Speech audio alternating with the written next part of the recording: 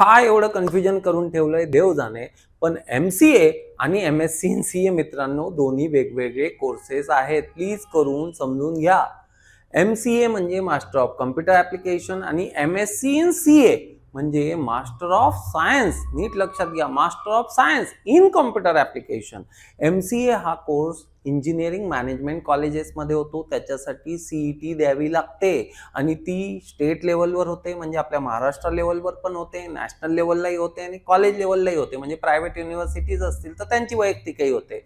MSc in CA हा art commerce science कॉलेजमध्ये होतं, म्हणजे आपलं रे जिथे BA BCom BSc शिकवलं जातं ना त्या कॉलेजमध्ये MSc शिकवलं जातं.